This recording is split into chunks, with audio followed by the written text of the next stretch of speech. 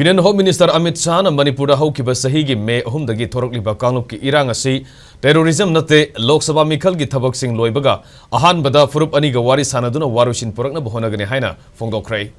The Minna Loba Akanava interview amada wapamasi Amit Shah na fongdokladuna lenga asina Furup anigi marakta leiriba yengthina basi wari saduna mangkraba minungsi adu puraktuna waroisin puraknaba honagani haike.